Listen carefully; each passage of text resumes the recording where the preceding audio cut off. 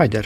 In this video we'll be removing this pulsation dampener because we want more whoosh whoosh noises.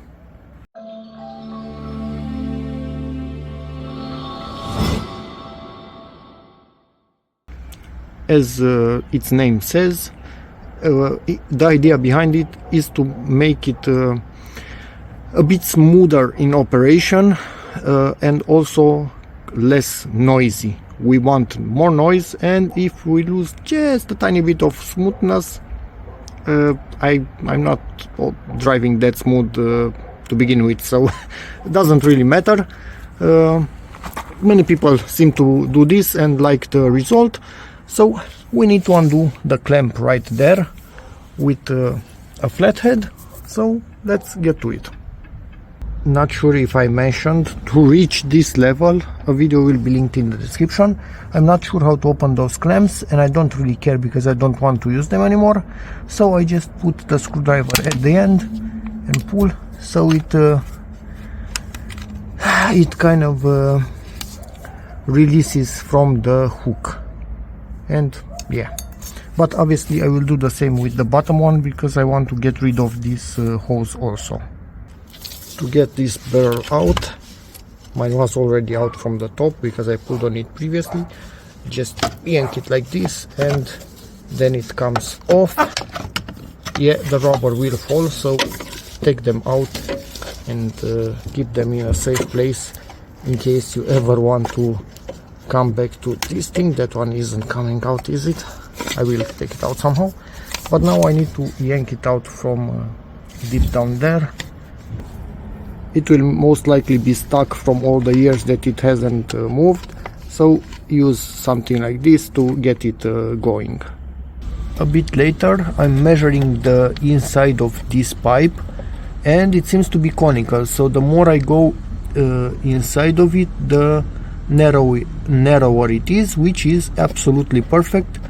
I want my plug to squeeze quite well in there, so I will measure more or less right here at the mouth of it and make the plug more or less this size. So let's see what we got. 24 millimeters more or less in diameter. So 24 millimeters, and I'm using this, which was a plug for bottles, I think, back in the day. It's rubber, and it's kind of perfect. It already has a limiter at the end of it, and it's as big as the pipe is, so once my plug is in there, it's like the plug doesn't exist anymore.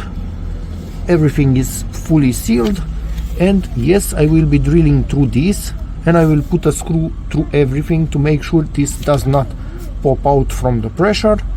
Yes, not a good idea, but I don't care.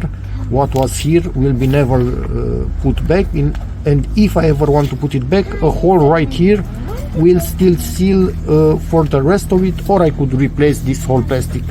You do you and make your own decisions, but for me this will be happening for sure. Grinding away at it, already starting to go in. I need to take more, and obviously also take that at the end of it, or maybe I don't even, actually I do need to take also that one. So yeah, going well. Made a bit more progress, and this thing, as you can see, it's touching quite well all over. Yeah, it's not perfect, but I'm going to put a bit of sealant, obviously clean all this oil, but that sealant is supposed to work on basically any dirty surface, so that should be good. Now I just need to get rid of this right here, cleaning this internally until it comes out spotless using isopropylic alcohol, and I consider this spotless, good enough for what we are doing here. Now clean also the outside a tiny bit, and we can glue the rubber in place. A dry fit, and just as an idea, I can literally not pull it out like this directly unless I start to rotate it. So once I also put some sealant, this is alcohol, as you can see it's drying, so it's not oil. Once I put some sealant to make up for the errors that I made while grinding this down, this will not move anywhere once I also drill that hole and put a screw through it. I don't want this popping up when I'm on the road for sure, and this will make sure that it won't. This is what I'm using. It's a rubber sealant. I've used this on a tire, if you can believe it. Obviously I replaced the tire as soon as I could, but this glued to a tire, so it glues really well to rubber, to plastic, to metal, to yeah, any sort of thing. So let me put some on the rubber plug, because I don't want to put in there, as it could create a lip that would be pushed in and could break away and go into the engine. So I will only put on this from the top down, so it's squished outside whatever is extra. This is all I'm putting in here, and it will get squeezed out, most of it for sure, but should be more than enough. Probably way too much, but yeah, anyway.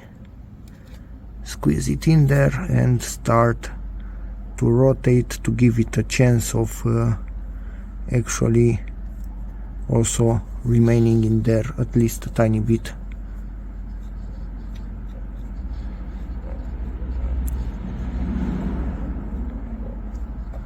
This is going in as planned. Not sure what you can see, sorry about that, but I'm also trying my best to see myself what I'm doing, so yeah, not an easy location to work in, and it's kind of squeezed in. Now I will just dab it all around in here, add a bit more, then actually no, probably I will drill the hole first, then put the screw in and then add more. Intentionally made the hole a bit smaller, so I need to screw this in through the plastic and the rubber. I will also put nuts on the other side, if I have lock nuts maybe. This can reach up to 100 degrees as far as I'm aware, because it's after the turbo obviously. But yeah, it shouldn't destroy a lock nut, neither should it destroy this rubber or the sealant or the screw, so yeah, we are good to go. And I covered everything up in a good amount of goo, so the screw is also protected from the weather, it cannot rust, nuts protected on the other side, and yeah, this is here to stay for sure. Now I need to get rid of this thing from my finger. Just want to mention, whatever you decide to plug this with, make sure it cannot escape from there, because if it does, when you are under boost, you instantly lose your boost and a lot of power from your engine.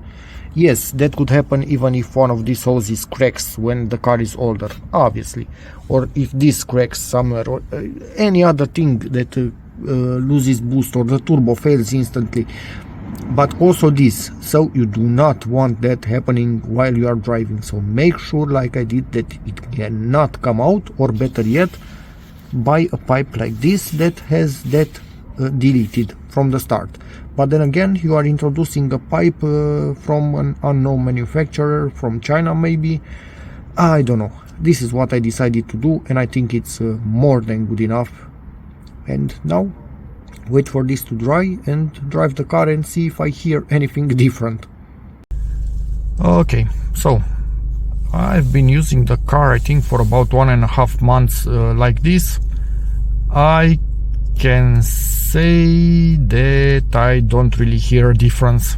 Yes, as you can see, it's December, so I did that thing I think in mid-October or something like that, and yeah, it's cold, so I didn't drive with the window down ever, so yeah, maybe in the summer I would actually hear it, but with windows up I cannot really say that I can hear it. So Would I do it again? Yes. If I were to actually remove the bumper, probably I would do this again, but to remove the bumper only for this, no, most likely no, too much work.